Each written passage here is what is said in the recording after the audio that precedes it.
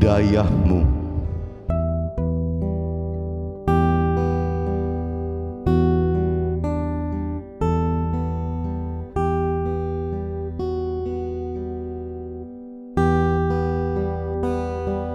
Sejuk terasa,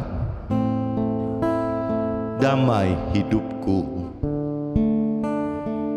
indahnya ciptaan-Mu Tuhan.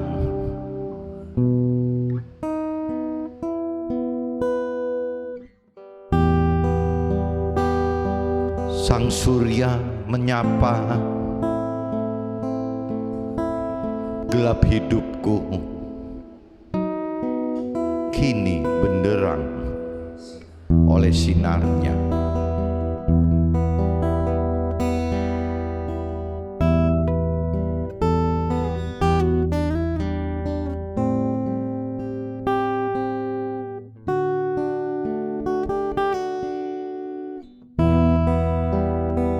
Sungguh besar kuasa-Mu Tuhan, Kau sang pencipta alam.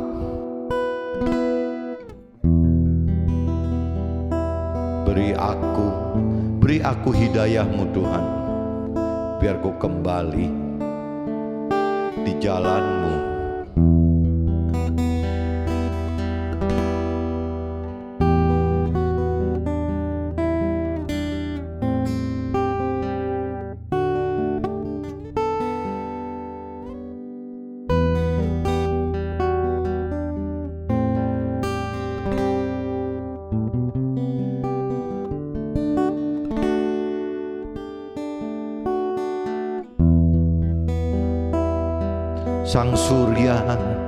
Sang surya menyapa gelap hidupku, kini sudah benderang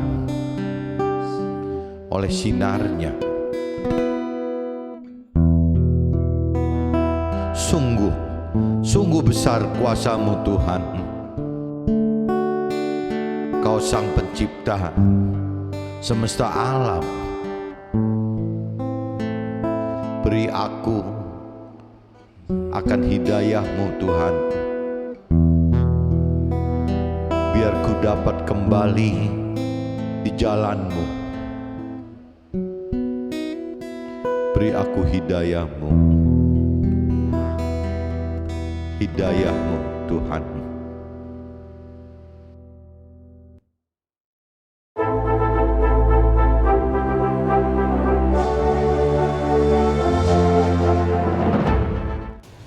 Jumpa kembali di MT Journey Inspiration of Life. Pagi ini saya mau coba sharingkan teman-teman dengan temanya harta, tahta, pemenuhan hal-hal duniawi adalah berkat dari Tuhan. Cari siapa sang sumber berkatnya.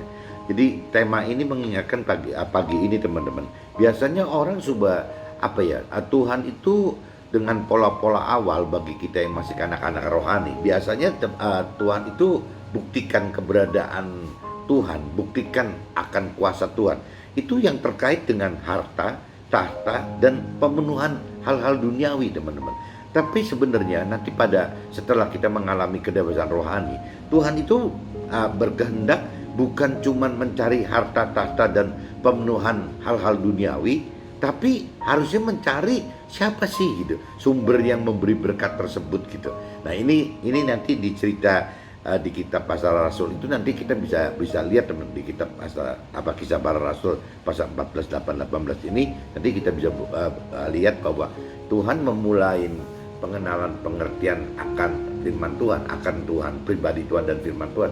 Biasanya itu tidak mustahil melalui hal-hal yang sifatnya mujizat dulu teman-teman, mujizat. Tapi jangan sampai nanti kita terjebak tidak menjadi dewasa rohani, kita hanya anak-anak rohani terus gitu. Akhirnya yang dicari itu cuma harta tahta dan pemenuhan hal-hal duniawi saja gitu. Padahal Tuhan katakan harta tahta dan pemenuhan duniawi itu kan nanti ditinggal teman. Waktu kita meninggal dunia gitu, ya itu tidak ada yang terbawa.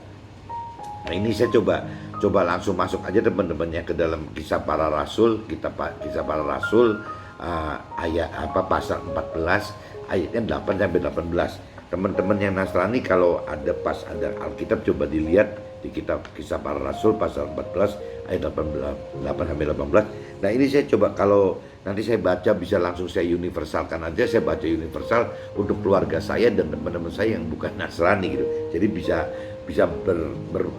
sharing ini bisa berguna untuk lebih orang, banyak lah, minimal untuk cross check gitu, cross check di firman Tuhannya, di dalam Alkitab itu bagaimana bunyinya, di dalam Al-Quran itu bagaimana bunyinya, dan di kitab-kitab lain juga sama teman-teman. Nah ini saya bacakan kembali lagi kitab Para Rasul pasal 14 ayatnya 8-18 teman-teman. Di Listra ada seorang yang duduk saja karena lemah kakinya dan lumpuh sejak ia dilahirkan dan belum pernah dapat berjalan. Ia duduk mendengarkan ketika Paulus berbicara, dan Paulus menatap dia dan melihat bahwa ia beriman dan dapat disembuhkan. Lalu kata Paulus dengan suara nyaring, berdirilah tegak di atas kakimu. Dan orang itu melonjak berdiri, lalu berjalan kian kemari. Ketika orang banyak melihat apa yang telah diperbuat Paulus, mereka itu berseru dalam bahasa Likaonia, dewa-dewa telah turun ke tengah-tengah kita dalam rupa manusia gitu. Jadi waktu itu memang banyak orang-orang di situ gitu yang tidak percaya Tuhan, belum percaya Tuhan, tapi malah percaya dewa-dewa teman-teman. Nah, Barnabas mereka sebut Zeus. Jadi malah mereka beranggapan si Barnabas dan Paulus ini dianggapnya seperti penjelmaan dari dewa gitu loh. Jadi orang-orang di sana menganggapnya Barnabas itu mereka sebut Zeus, dan Paulus itu mereka sebut Hermes gitu. Dewa Zeus dan dewa Hermes gitu. Karena ia yang berbicara, maka datanglah imam dewa Zeus yang kuilnya terletak di luar kota gitu. Jadi masing-masing dewa itu zaman itu mempunyai kuil-kuil teman. Jadi kalau dewa Zeus ya punya kuil Zeus gitu. Nanti Hermes punya kuil Hermes. Jadi, nah ini yang diceritakan di sini seolah-olah yang datang itu yang imam dari dewa Zeus gitu, yang kuilnya terletak di luar kota, membawa lembu-lembu jantan dan karangan-karangan bunga ke pintu gerbang kota untuk mempersembahkan korban bersama-sama dengan orang banyak kepada rasul-rasul itu gitu. Mendengar itu, Barnabas dan Paulus mengoyakkan pakaian mereka, lalu terjun ke tengah-tengah orang banyak itu sambil berseru, "Hei kamu sekalian, mengapa kamu berbuat demikian? Kami ini adalah manusia, ya, manusia biasa sama seperti kamu gitu. Kami ada di sini untuk memberitakan firman Tuhan kepada kamu, supaya kamu meninggalkan perbuatan sia-sia ini dan berbalik kepada Tuhan Allah yang hidup, yang telah menjadikan langit dan bumi, laut dan segala isinya. Dalam zaman yang lampau, Allah membiarkan semua bangsa menuruti jalannya masing-masing. Namun, ia bukan tidak menyatakan dirinya dengan berbagai-bagai kebajikan, yaitu dengan menurunkan hujan dari langit dan dengan memberikan musim-musim subur bagi kamu gitu. Ia memuaskan hatimu dengan makanan dan kegembiraan. Walaupun rasul-rasul itu berkata demikian, namun hampir-hampir tidak dapat mereka mencegah orang banyak mempersembahkan korban kepada mereka. Nah ini cerita di kitab Para Rasul pasal 14 ayat 8-18 menyatakan di sini beberapa hal gitu. Yang pertama sekali itu ya bagi orang yang lemah kakinya itu teman-teman, yang nggak bisa berdiri.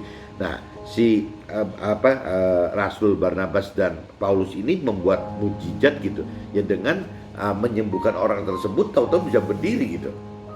Itu satu. Nah ini kan satu bukti bahwa mukjizat itu berguna untuk menyatakan keberadaan Tuhan teman. Mukjizat itu berguna untuk membuktikan kuasa Tuhan gitu. Nah buktinya orang yang lemah kakinya tersebut, orang yang sakit dan lemah kakinya tersebut sembuh gitu. Ya pasti buat si orang ini gitu, orang yang sakit ini, ya ini satu pernyataan bahwa Tuhan itu ada dan kuasa Tuhan itu ada gitu. Nah begitupun orang-orang yang melihatnya teman.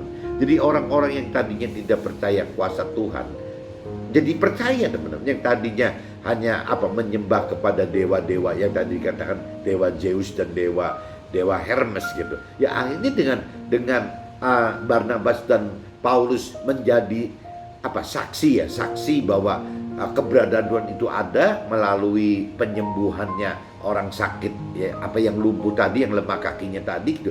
Ini banyak sekali orang-orang, bahkan penyembah-penyembah dewa-dewa Zeus dan Hermes pun jadi percaya, teman-teman. Malah beranggapan bahwa yang disangkanya karena pola pikirnya masih kedewa-dewaan, belum mengenal Tuhan dan belum mengenal dan belum mengerti akan Tuhan. Ya, akhirnya malah Barnabas dan Paulus dianggapnya penjelmaan dari dewa Zeus dan dewa Hermes tadi, teman. Tapi ya ini satu bukti bahwa mujizat itu sangat diperlukan bagi orang-orang yang belum mengenal mengerti akan firman Tuhan, belum mengenal mengerti akan pribadi Tuhan, teman. Jadi sangat dibutuhkan.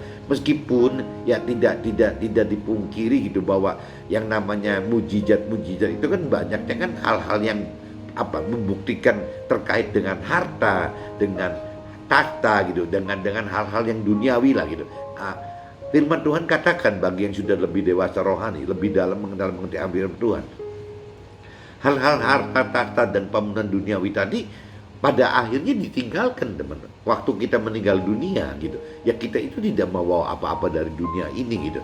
Nah, ini yang maksudnya pagi ini kita sharingkan itu, bagaimana sih caranya kita jangan berhenti cuman mencari berkat Tuhan saja, tapi kita harus mencari sumber berkatnya siapa sih sebenarnya gitu. Ya, sumber berkatnya jelas Tuhan. Nah, kalau kita sudah nanti tahu bahwa sumber berkatnya Tuhan, ya kita harus mendalami lebih lanjut lagi apa sih yang Tuhan perintah peraturkan gitu di dalam firman-Nya. Kuncinya itu, teman-teman, sehingga kita setelah ada kedalaman pengenalan pengertian firman Tuhan, konsep pola pikir dan pola pikir kita, cara kita gitu, itu berubah, teman. Dari pola pikir yang hanya tadinya mentargetkan hidup dengan parameter-meter duniawi, yakni istilah harta, takhta dan pemenuhan hal-hal duniawi, yang mungkin kalau disingkat lagi kita mencari kesuksesan duniawi, bahkan mungkin ditambahin kebahagiaan duniawi gitu. Itu kan target awal yang belum mengenal mengerti akan firman Tuhan, seperti itu, teman-teman.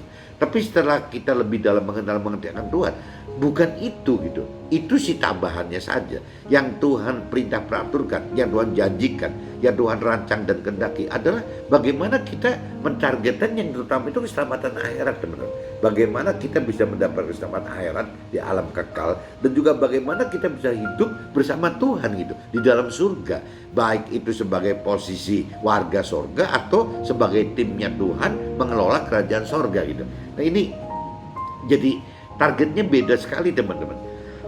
Target kita sebelum mengenal lebih dalam siapa sumber berkat itu, ya kita paling parameternya berkat Tuhan itu adalah selalu gitu dikaitkan dengan hal-hal yang duniawi, harta, takhta dan pemenuhan hal-hal duniawi tadi, atau kesuksesan duniawi, atau kebahagiaan kita, kebahagiaan keluarga gitu di dalam dunia ini. Tapi setelah kita lebih dalam, lebih mengenal mengerti firman Tuhan dan lebih mampu melakukan firman Tuhan, karena kita memang sudah mengenal mengerti bagaimana untuk mampu melakukan firman Tuhan, ya dengan cara menghidupkan roh Tuhan di dalam kita gitu, roh Tuhan yang ada dalam roh kita, ya akhirnya ya kita akan lebih mampu melakukan firman Tuhan. Nah, waktu kita mampu melakukan firman Tuhan, timbul kedewasaan rohani kita, teman-teman. Nah, waktu kita dewasa rohani, targetnya jadi yang tadi dikatakan berubah dari yang tadinya hanya mencari kesuksesan duniawi dan kebahagiaan duniawi saja, sekarang sudah berubah mencari keselamatan akhirat dan mencari hidup dalam keseharian bersama Tuhan di dalam surga gitu. Itu ujungnya. Tapi kan itu baru kita dapatkan setelah kita meninggalkan dunia ini. Nah, orang dunia tidak suka ini, teman-teman. Bahkan bukan cuma orang dunia yang seperti tadi yang diceritakan di Listra ini kan, bahwa yang diceritakan tadi yang orang lumpuh dan penyembah dewa tadi gitu, yang belum mengenal Tuhan, belum mengenal pribadi Tuhan dan firman Tuhan, ya parameternya waktu awalnya hanya seperti itu saja, teman. Nah, itu kan juga kalau saya bilang bukan cuma orang-orang seperti itu, tapi juga kalau zaman sekarang gitu ya, banyak sekali orang yang hanya punya keyakinan, maksudnya tidak menyembah dewa-dewa, tapi juga mengaku gitu, percaya diri bahwa mereka orang berkeyakinan itu percaya Tuhan dan mengenal Tuhan, tapi dengan cara yang salah, teman-teman. Maksudnya salah itu karena mereka tidak dengan dasar gitu, bahwa menyatakan bahwa keberadaan Tuhan itu tidak dengan dasar firman Tuhan, menyatakan mengenal Tuhan itu juga tidak dengan mengenal firman Tuhan akan perintah dan peraturan serta janjinya, teman-teman. Jadi mereka yang percaya diri, hanya punya keyakinan sendiri, bahkan mungkin secara formality bisa terima Tuhan secara formality loh, secara simbolis gitu ya, secara ibadat bisa terima, tapi dalam realitanya dia tidak mengenal, mereka tidak mengenal sebenarnya pribadi Tuhan itu, Tuhan Allah itu siapa gitu, tidak mengenal firman Tuhan itu apa gitu ya. Ini yang bahaya, teman. Bahaya itu maksudnya karena sudah terlalu percaya diri ya, mereka malah tidak mencari Tuhan dan firman Tuhan yang sebenarnya, tidak mencari pribadi Tuhan dan firman Tuhan yang sebenarnya. Ini saya coba sudah selesai baca di kitab Kisah Para Rasul pasal 14 ayat 18. Nah, saya coba lanjut lagi, teman-teman, yang terkait dengan Kisah Para Rasul 14 ayat 18. Ini adalah di kitab 1 Petrus, teman-teman. Kitab 1 Petrus pasal 1 ayatnya 13 sampai 25. Coba teman-teman kembali lagi ke ininya gitu, kitab sucinya. Coba cari kitab 1 Petrus, teman-teman. Pasal 1 ayatnya 13 sampai 25. Coba teman-teman cari dulu, teman-teman. Oke, teman-teman, kitab 1 Petrus pasal 1 ayatnya 13 sampai 25. Perikopnya judulnya, teman-teman, kekudusan dan kasih persaudaraan. Judulnya itu, teman-teman. Sebab itu siapkanlah akal budimu, waspadalah dan letakkanlah pengharapanmu seluruhnya atas kasih karunia yang dianugerahkan kepadamu pada waktu pernyataan ya hari Tuhan nanti, teman-teman. Jadi ya istilahnya jadi kalau udah memang kita hatinya tergerak mengikuti Tuhan Allah, firman Tuhan, ya itu berarti harinya datang gitu. Hiduplah sebagai anak-anak yang taat dan jangan turuti hawa nafsu yang menguasai kamu pada waktu kebodohanmu. Nah, ini teman-teman mesti sadar di ayat 14 ini, teman. Hiduplah sebagai anak-anak yang taat dan jangan turuti hawa nafsu yang menguasai kamu pada waktu kebodohanmu. Jadi di sini berarti sebelum kita mengerti akan firman Tuhan, secara firman Tuhan, ya kita ini disebutnya bodoh, teman. Melakukan kebodohan gitu. Jadi apabila kita tidak mengerti firman Tuhan, sampai kita meninggal, ya berarti kita akan bodoh seumur hidup kita di dunia ini, teman-teman. Jadi kalau kita nggak mau dianggap bodoh gitu, ya kita harus belajar gitu, bagaimana untuk mau mengenal firman Tuhan dan mampu mengerti firman Tuhan, dan tidak cuma cukup berhenti mau mengenal dan mampu mengerti firman Tuhan, tapi firman Tuhan katakan kita harus mampu melakukan firman Tuhan, teman.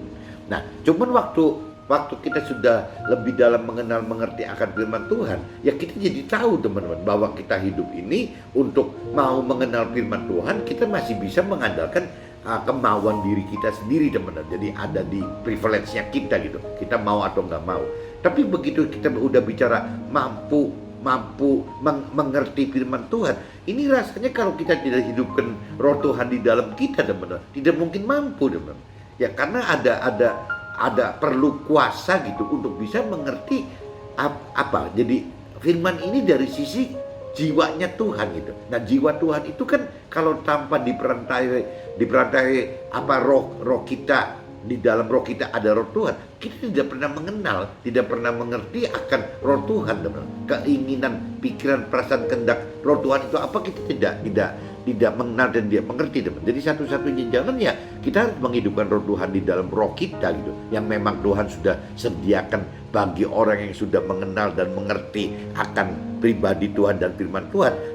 Ya, orang yang seperti ini berarti sudah ngerti bahwa di dalam kita ini manusia ada 3 unsur, tubuh, jiwa, dan roh gitu. Tapi kalau orang yang tidak dibukakan pengertian firman Tuhan, orang tetap beranggapan bahwa di kita manusia itu hanya terdiri dari 2, jiwa, tubuh dan jiwa saja. Nah, selama manusia menggerakkan hanya tubuh dan jiwa, tidak mungkin, teman-teman, punya ada kuasa roh Tuhan gitu bisa membantu dalam hidupnya, nggak mungkin.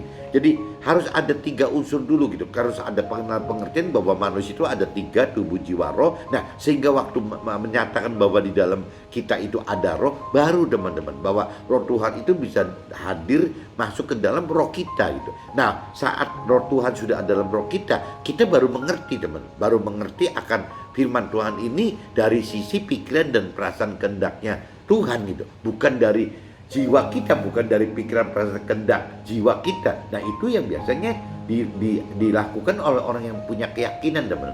Orang punya keyakinan itu percaya pribadi Tuhan gitu, dan mengaku mengenal firman Tuhan ya cuma dari sisi jiwanya orang yang berkeyakinan ini teman. Hanya dari pikiran perasaan dan kehendak dari orang yang punya keyakinan ini. Lah akhirnya jiwanya orang dengan jiwanya Tuhan kan beda teman. Akhirnya tidak ketemu gitu, tidak klop. Nah, ini yang akhirnya menimbulkan pengenalan pengertian akan firman itu jadi bisa meleset. Waktu pengenalan pengertiannya meleset, rasanya untuk melakukan firman Tuhan tidak mampu teman, tidak akan mampu. Karena melakukan firman Tuhan tanpa ada kuasa roh Tuhan juga tidak akan mampu. Nah, ini pengalaman saya, ya saya alami seperti itu teman-teman. Jadi di sini dikatakan hati-hati kalau kita tidak cerdik gitu, tidak pandai. Kalau di sini kan disebutnya kan kalau kita tidak mengerti agama ini, jadi akhirnya kita bodoh gitu. Nah, kita mesti pinter caranya ya begitu ya, mau mengenal, mau dan mampu mengerti gitu, dan mau dan mampu melakukan firman Tuhan, baru kita terhindar dari kebodohan yang firman Tuhan maksud teman-teman. Nah, dan jika kamu menyebutnya Tuhan Allah, yaitu Dia yang tanpa memandang muka menghakimi semua orang menurut perbuatannya, maka hendaklah kamu hidup dalam ketakutan selama kamu menumpang di dunia ini. Nah, ini balik lagi diingatkan oleh firman Tuhan gitu, bahwa yang namanya kita hidup di dunia ini adalah sifatnya sementara teman-teman. Jadi di firman Tuhan katakan seolah-olah kita ini hanya menumpang aja.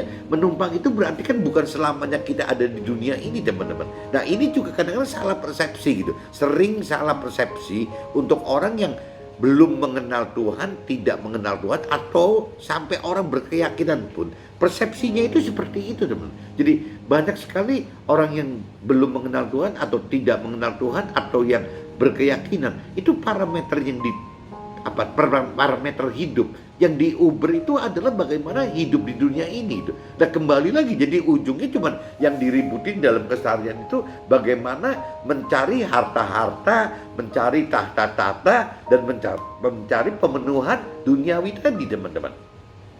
Nah, kalau diringkes ya target hidupnya hanya bagaimana mencari target hidup untuk sukses duniawi dan target hidup untuk bahagia duniawi. Nah, ini yang firman di ayat 17 itu ya katakan seperti itu. Yang di 18 teman-teman, di ayat 18 itu, sebab kamu tahu bahwa kamu telah ini yang 17. Jadi kalau jika kita menyebutnya Tuhan Allah, yaitu Dia yang tanpa memandang muka menghakimi semua orang menurut perbuatannya, maka hendaklah kamu hidup dalam ketakutan selama kamu menumpang di dunia ini. Jadi istilah menumpang ini penting sekali teman-teman. Sebab kamu tahu bahwa kamu telah ditebus dari cara hidupmu yang sia-sia, yang kamu warisi dari nenek moyangmu, itu bukan dengan barang yang fana, bukan pula dengan perak dan emas gitu. Jadi melainkan dengan darah yang mahal, yaitu darah kalau di sini darahnya Nabi Isa ya, jadi Nabi Isa Yesus gitu, yang sama seperti darah anak domba yang tak bernoda, tak bercacat gitu. Ia telah dipilih sebelum dunia dijadikan, tetapi karena kamu baru menyatakan dirinya pada zaman akhir. Nah, ini oleh Dialah kamu percaya kepada Tuhan Allah. Nah, ini kalau dikonversikan, bahwa saya sering sharingkan bahwa kalau buat saya pribadi, saya sering umpamakan itu Yesus Nabi Isa itu ada Yesus itu Nabi Isa. Yesus Nabi Isa itu saya konversikan, kalau untuk universal itu ya saya katakan firman Tuhan gitu, supaya waktu saya katakan firman Tuhan, teman keluarga dan teman-teman saya yang bukan Nasrani gitu bisa di cross gitu dengan ya firman yang di dalam kitab suci keluarga dan teman-teman saya masing-masing itu gitu. Nah di sini dikatakan oleh firman Tuhanlah kamu percaya kepada Tuhan Allah yang telah membangkitkan firman Tuhan itu ya daripada yang tadi, yang seperti tadi cerita di kisah para rasul yang orang belum mengerti soal Tuhan Allah, tapi lebih bicara mengacu ke dewa-dewa Zeus dan Hermes tadi gitu. Dari antara orang mati yang telah memuliakannya, sehingga imanmu dan pengharapanmu tertuju kepada Tuhan Allah. Nah setelah kita mengenal firman Tuhan teman-teman, ya kita akhirnya iman kita, pengenalan pengertian akan hidup juga, pola pikir segala macam itu akhirnya berujungnya ya bagaimana kita beriman dan berpengharapan kepada Tuhan Allah teman-teman. Ya beriman ke pribadinya Tuhan Allah, berpengharapan akan janji-janji Tuhan Allah di dalam firman-firmannya. Maksudnya gitu teman-teman. Karena kamu telah menyucikan dirimu oleh ketaatan kepada kebenaran, sehingga kamu dapat mengamalkan kasih persaudaraan yang tulus ikhlas. Hendaklah kamu bersungguh-sungguh saling mengasihi dengan segenap hatimu, karena kamu telah dilahirkan kembali bukan dari benih yang fana, tetapi dari benih yang tidak fana oleh firman Allah yang hidup, yang kekal. Sebab semua yang hidup adalah seperti rumput, firman Tuhan katakan begitu, dan segala kemuliaannya seperti bunga rumput. Ya, rumput menjadi kering dan bunga gugur. Gitu. Tetapi firman Tuhan tetap untuk selama-lamanya. Inilah firman yang disampaikan di dalam pemberitaan firman Tuhan kepada kamu gitu. Intinya di kitab 1 Petrus pasal 1 ayat 13-25 ya begitu teman-teman. Jadi kita mesti sadar bahwa kalau kita tidak mengenal pribadi Tuhan dan kita tidak mengenal firman Tuhan, perintah peraturan firman Tuhan, sehingga kita tidak tahu teman-teman janji-janji Tuhan itu apa gitu, sehingga akhirnya iman kita dan pengharapan kita nggak terjadi teman-teman. Dan itu firman Tuhan katakan itu adalah kebodohan bagi kita gitu. Nah ini supaya kita tidak bodoh ya mau tidak mau, kembali lagi kita harus mau mengenal firman Tuhan. Kita harus mau dan mampu mengerti firman Tuhan. Kita harus mau dan mampu melakukan firman Tuhan. Ya dengan catatan yang tadi, setelah kita mengerti firman Tuhan, kita tahu bahwa di dalam kita itu bukan cuma 2 unsur saja teman-teman. Bukan cuma jiwa dan roh aja, tapi ada 3 teman. Ada 3 unsur yang bicara kita ini terdiri dari tubuh, dari jiwa, dan dari roh. Nah setelah kita bicara mengerti bahwa kita ini ada unsur roh, nah baru teman-teman roh Tuhan itu bisa masuk dalam kehidupan kita dan bersemayam di dalam roh kita teman-teman. Nah waktu roh Tuhan ini hidup di dalam kita, otomatis yang mempengaruhi jiwa dan tubuh kita teman-teman gitu, karena ada roh. Tapi kalau roh kita nggak dihidupkan, roh Tuhan tidak dalam kita, ya kita akan dikuasai oleh jiwa kita sendiri teman-teman. Ya pikiran, perasaan, kehendak sendiri, dan yang menggerakkan ke tubuh. Jadi akhirnya ya tubuhnya ya akan cuma mengikuti pikiran, perasaan, kehendak yang dari jiwa kita sendiri aja teman-teman. Ya akhirnya pasti lari dari firman-firman Tuhan gitu. Nah ini saya sudah selesai bacakan di kitab Kisah Para Rasul pasal 14 ayat 8-18 dan kitab 1 Petrus pasal 1 ayat 13-25. Nah saya coba masuk ke draft saya aja teman-teman. Adalah hal yang wajar jika pada awal mulanya diperlukan mujizat keselamatan dari hal-hal kebangkrutan, usaha, perceraian keluarga gitu, atau misalnya kematian tubuh gitu. Biasanya kalau orang-orang udah bicara hal-hal yang udah 3 macam ini, biasanya orang mulai mikir soal Tuhan gitu. Kalau kita ketemu soal urusan usahanya bangkrut gitu, pengen bangkrut, ya aduh keharmonisan keluarganya sampai ribut pengen cerai gitu. Nanti soal sakit sampai ujungnya mendekati kematian. Nah ini hal-hal tersebut adalah cara Tuhan memperkenalkan keberadaan dan kuasanya serta bukti Tuhan sebagai sang pemberi berkat bagi yang mau mendengarkan gitu. Nah ini momen-momen mujizat yang berkaitan tinggal 3 hal ini biasanya senjata ampuh Tuhan gitu untuk bisa merubah pikiran dan perasaan kehendak kita. Manusia yang yang tidak mengenal Tuhan ini, biasanya Tuhan akan bikin mujizat ya 3 area ini, teman-teman. Ya, jadi kembali lagi yang dari pengalaman saya itu, biasanya kalau sharing dengan teman-teman ya urusan kebangkrutan, biasanya begitu. Ya urusan hampir cerai gitu, ya urusan hampir mati gitu. Biasanya 3 hal ini yang membuat orang bisa berubah gitu, berubah pola pikiran, mencari Tuhan gitu. Setelah mujizat terjadi, Tuhan menindaklanjuti bagaimana kita diajar untuk tidak hanya mencari berkat, tetapi mencari sang pemberi berkatnya gitu, sebagai sumber dapatkan keselamatan hidup baik di dunia fana ini maupun di akhirat kekal. Jadi Tuhan itu mengawali membuat mujizat-mujizat itu, teman-teman, itu benarnya tidak berhenti di situ gitu ya. Karena paling gampang kalau di kitab Nasrani, karena kitab Nasrani dibagi 2, ada kitab Perjanjian Lama dan bagian kitab Perjanjian Baru. Di situ jelas sekali, teman-teman. Kalau bicara urusannya kitab Perjanjian Lama gitu, itu pasti bau-baunya itu urusannya dengan berkat, teman-teman.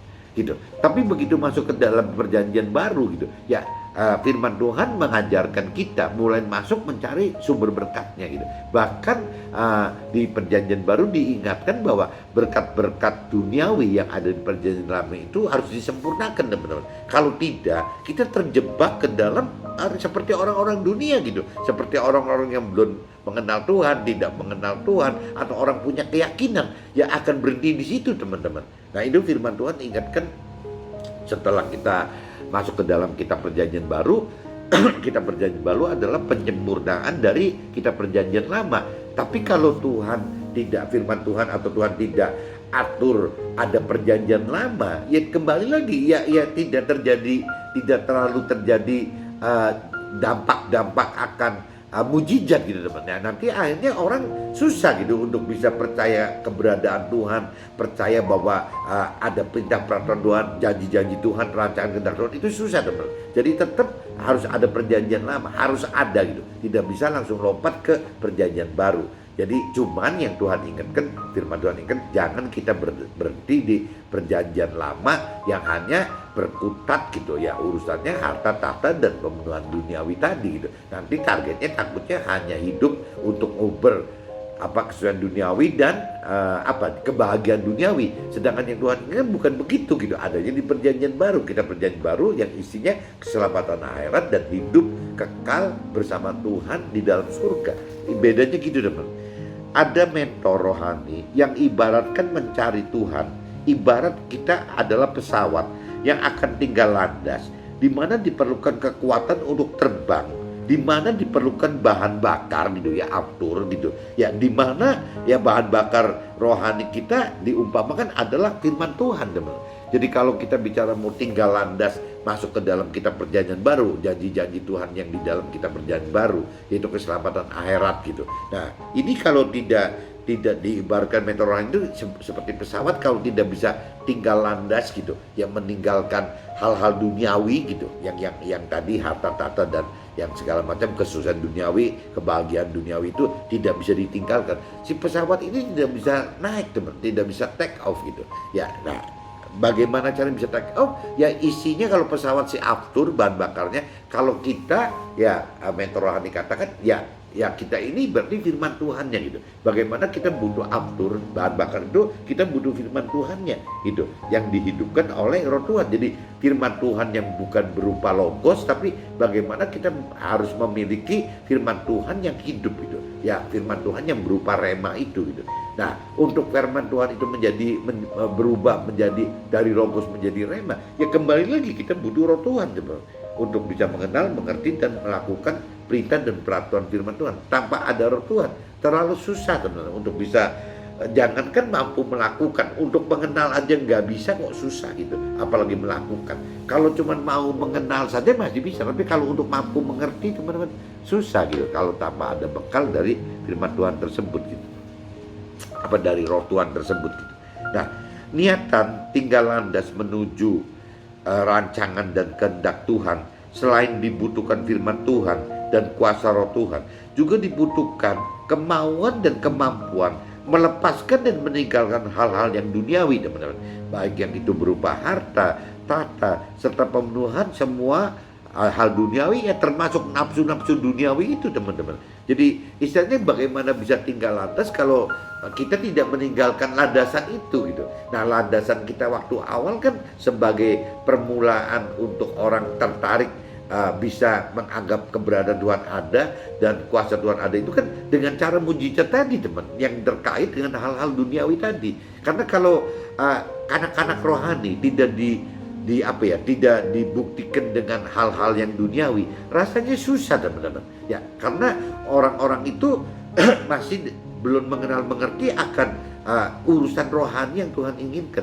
Yang mereka tahu itu hanya hal-hal duniawi saja, bukan hal rohani gitu. Nah, sehingga Tuhan memberikan dispensasi gitu. Ya, mengiyakan dulu kebutuhan secara duniawi itu dengan lewat mujizat-mujizat gitu, pembuktian lewat mujizat-mujizat gitu, sehingga orang tahu bahwa oh iya Tuhan ada, oh Tuhan bisa memenuhi kebutuhan kita untuk hal-hal duniawi gitu.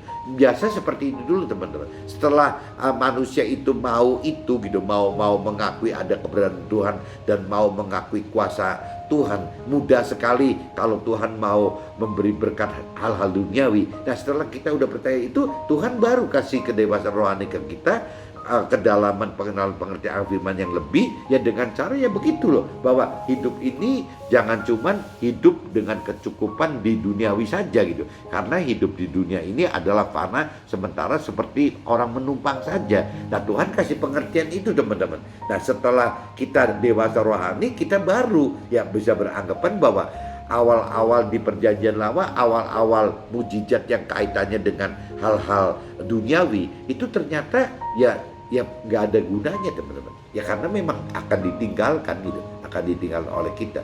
Tapi kalau tidak Tuhan tidak membuat mujizat hal-hal duniawi ini, juga tidak mudah untuk bisa membuat orang-orang yang tidak kenal Tuhan atau belum kenal Tuhan atau orang punya keyakinan untuk berubah gitu, berubah pola pikir, cara pikir gitu, bahwa yang benar itu seperti ini loh, bukan seperti orang duniawi mikir gitu. Yang benar ini secara rohani yang seperti firman Tuhan perintah dan peraturkan. Maksudnya gitu teman-teman. Firman di dalam 1 Petrus pasal 1 ayat 14 sampai 16. Hiduplah sebagai anak-anak yang taat dan jangan turuti hawa nafsu yang menguasai kamu pada waktu kebodohanmu. Tetapi hendaklah kamu menjadi kudus di dalam seluruh hidupmu, sama seperti Dia yang kudus gitu, yang telah memanggil kamu. Sebab ada tertulis, kuduslah kamu sebab aku kudus. Nah, ini kembali lagi teman, kalau bicara kudus itu ya bagaimana caranya kita mentaati apa yang Tuhan perintah peraturkan gitu, sehingga kita bisa hidup kudus teman-teman. Tapi apabila kita tidak taat gitu, tidak mampu melakukan firman Tuhan, ya berarti ya kita tidak akan hidup dengan kudus gitu. Nah, maksudnya kalau kita pengen masuk ke dalam mencari siapa sumber berkatnya, bukan mencari berkat duniawinya gitu, tapi mencari berkat rohani, yakni sumber berkatnya itu kita cari, ya akhirnya logikanya kita akan mendapatkan dua-duanya teman-teman. Cuman prioritinya di firman lain katakan terbalik. Contoh di kitab Matius pasal 6 ayat 33, itu kan carilah dahulu kerajaan sorga dan kebenarannya, baru yang lain-lain Tuhan tambahkan. Yang maksudnya lain-lain ini berarti kebutuhan-kebutuhan harta, tahta, pemenuhan hal-hal duniawi itu ya Tuhan akan tambahkan. Tapi prioritinya kebalik dengan orang dunia teman-teman. Kalau orang dunia itu kan seolah-olah kan mencari itu dulu teman-teman, ya mencari kesusahan duniawi dan kebahagiaan duniawi, baru nanti setelah itu mencari Tuhan. Nah, itu tuh Tuhan bilang, firman Tuhan katakan itu nggak mungkin teman-teman. Kalau orang sudah mendapatkan sukses duniawi, kebahagiaan duniawi tidak dengan cara Tuhan, yang dikhawatirkan orang-orang tersebut tidak bisa apa ya, tidak perlu untuk mau mengenal Tuhan, tidak mau mencari firman Tuhan. Kenapa? Ya karena mereka sudah mendapat kedamaian, keamanan di dalam dunia ini teman-teman gitu. Jadi kalau dari prinsip Tuhan terbalik, bahwa bagaimana caranya, yang pertama itu, yang prioritas itu adalah mencari dulu keberadaan Tuhan pribadinya dan kebenaran firman Tuhannya teman-teman. Nah, setelah itu kita dapatkan, baru kita nggak perlu mencari, Tuhan yang akan nambahkan teman-teman. Tuhan yang akan menambahkan kebutuhan-kebutuhan yang tadi, yang urusannya harta, tahta, dan pemenuhan keperluan duniawi tadi, Tuhan yang akan tambahkan. Jadi jangan terbalik seolah-olah kita yang penting mencari itu dulu, nanti urusan Tuhan kan nanti ditambahkan sama Tuhan. Rasanya itu tidak terjadi, teman. Dan banyak cerita dalam firman itu ya, bahkan Tuhan katakan kalau kita sudah keburu kaya, teman-teman, bukan cuma bahagia aja gitu. Kalau kita bicara satu aja, kita misalnya sudah kaya, itu ada resiko bahwa lewat kekayaan itu kita susah, teman-teman, untuk bisa masuk ke dalam keselamatan akhirat gitu. Itu firman Tuhan yang katakan begitu. Karena orang kaya dianggapnya sulit untuk masuk masuk ke dalam sorga gitu. Kenapa ya? Kayak kembali lagi dinyatakan tadi, karena kekayaan itu yang bisa jadi dituhankan gitu. Jadi dituhan alahkan kan. Ya itu jadi akhirnya kan apa kekayaan atau ujung-ujungnya kekayaan kan harta, tahta gitu kan, bisa memenuhi semua nafsu-nafsu, kepengen duniawi, pengen apa bisa dipenuhi semua. Ya akhirnya ujung-ujungnya jadi segala macam sudah bisa terpenuhi tanpa Tuhan gitu, tanpa harus mengenal firman Tuhan. Ya akhirnya nggak aneh kalau orang dunia itu sulit untuk meninggalkan dunia ini gitu, karena mereka sudah merasa aman dan menikmati dan bisa merasa aman, menikmati gitu, nyaman gitu kan, bahagia ya di dalam dunia ini. Nah tapi mereka tidak sadar gitu bahwa yang mereka gapai itu, mereka nikmati itu adalah sifatnya sementara, ya numpang saja gitu. Nah kalau firman Tuhan katakan numpangnya berapa lama? Ya 70-80 tahun, teman. Ya numpang hanya 70-80 tahun saja. Nah kalau sampai setelah 70-80 tahun itu semua yang namanya hartanya, yang namanya kedamaiannya, yang namanya apalagi kebahagiaannya, kenyamanannya itu tertinggal, teman. Tertinggal di dunia ini, tidak bisa ada satupun yang bisa terbawa ke dalam alam akhirat nanti. Nah, yang konyol waktu orang ini sadar sudah meninggal misalnya, masuk ke alam akhirat baru sadar, ya ini nggak bisa, teman-teman. Ada firman juga yang mengatakan begitu gitu. Ya cerita orang kaya yang meninggal dan cerita Lazarus yang meninggal, cerita dengan Bapak Abraham, jadi Nabi Abraham gitu di cerita dalam surga. Ya sampai orang kayanya bilang ke Nabi Abraham, tolong Nabi Abraham, tolong suruh Lazarus. Lazarus waktu hidup kan jadi orang miskin, nggak kaya gitu di dunianya gitu. Jadi orang kaya itu katakan Nabi Abraham, minta tolong Lazarus itu biarin dikirim ke dunia lagi, kasih tahu ke saudara-saudaranya orang kaya itu bahwa jangan berbuat seperti mereka, jangan berbuat seperti orang kaya yang sudah meninggal ini gitu. Nanti dapatkan siksa akhirat di sana gitu. Ya, jadi sengsara seumur, ya nggak ada berhentinya ya, namanya alam kekal gitu, mendapat siksa yang kekal gitu. Nah, jadi si orang kaya ini minta tolong Nabi Abraham, minta tolong si Lazarus untuk bisa turun ke dunia, ke bumi gitu. Ya untuk bisa memberitahukan kepada saudara-saudaranya bahwa jangan harus berubah gitu. Jangan pertahankan pola hidup yang bodoh ini gitu. Ya ini kalau kaitan dengan firman gitu. Supaya waktu mati, waktu meninggal, masuk ke dalam akhirat, jangan sampai mendapatkan siksa kekal di dalam neraka itu, teman-teman. Nah, cuman apa jawaban Nabi Abraham gitu? Lah, dari dulu juga jangankan Lazarus dikirim, dari dulu juga sudah banyak nabi-nabi yang dikirim gitu, kata Nabi Abraham. Tapi tetap banyak orang tidak percaya gitu. Nah, ini yang kita mesti sadar bahwa Tuhan bisa saja mengirimkan peringatan-peringatan gitu ya, bukan hanya formalitas bentuknya nabi gitu, tapi bisa juga ya apa yang di dalam hati kita. Ya contoh kayak sharing pagi ini, kalau memang teman-teman atau keluarga saya atau teman-teman tergerak, ya mestinya mulain dong ya untuk mau mengenal firman Tuhan gitu, ya untuk mencari Tuhan itu siapa gitu, harus seperti itu. Nah begitu juga mungkin waktu baca firman Tuhan, atau waktu mendengarkan khotbah, atau waktu sharing dengan teman-teman, itu kan pasti hati kecil kita kan tergerak, teman-teman. Nah cuman jangan sampai ya Tuhan sudah memanggil gitu lewat kejadian-kejadian itu, tapi teman-teman yang tidak mau gitu, tidak mau dipilih sama Tuhan gitu, ya itu jangan nyalakan Tuhan gitu. Tuhan ya hanya bisa seperti itu, ya bagaimana menggerakkan hati kita gitu untuk bisa berubah gitu, ya itu berupa panggilan-panggilan Tuhan bagi kita. Nah bentuknya bisa macam-macam sekali. Jadi kembali lagi teman-teman, jadi pagi ini saya coba sharingkan bahwa kita kayaknya tidak bisa cuma berhenti mencari berkatnya begitu saja, teman-teman. Jadi di sini dikatakan ya kita harus belajar hidup gitu dengan bergumul bersama Tuhan dalam keseharian hidup kita, bukan hanya ibadah yang formal saja. Ya, itu. Kalau kita bicara ibadahnya hanya formal saja, yang dikhawatirkan itu ya jadi pengertiannya nggak dalam, teman-teman. Ya cuman ya mengerti Tuhan itu secara teori hukum saja gitu. Sedangkan firman Tuhan itu kan bukan bersifat teori, bukan bersifat baku, bukan bersifat mati gitu. Firman Tuhan itu sangat hidup, teman-teman. Apabila memang kita disertai dengan roh Tuhan, firman Tuhan itu disertai ada roh Tuhan gitu. Jadi memang dalam hidup kita itu harus dua, teman-teman. Bagaimana menghidupkan firman Tuhan dan juga sekaligus bagaimana menghidupkan roh Tuhan itu, sehingga ya hidup kita bisa hidup dalam Tuhan. Sehingga kita tahu bahwa kembali ke tema tadi, harta tahta pemenuhan duniawi itu adalah ya kita tahu bahwa itu berkat gitu. Tapi sebenarnya bukan berkat itu yang paling penting. Berkat itu adalah cuman alat menyatakan keberadaan Tuhan dan pengenalan akan firman Tuhan gitu. Nah, yang sejatinya benarnya siapa sih gitu. Kita mestinya hidup ini mencari siapa yang membuat berkat itu, siapa sumber berkat itu. Ya tidak lain tidak bukan ya Tuhan Allah.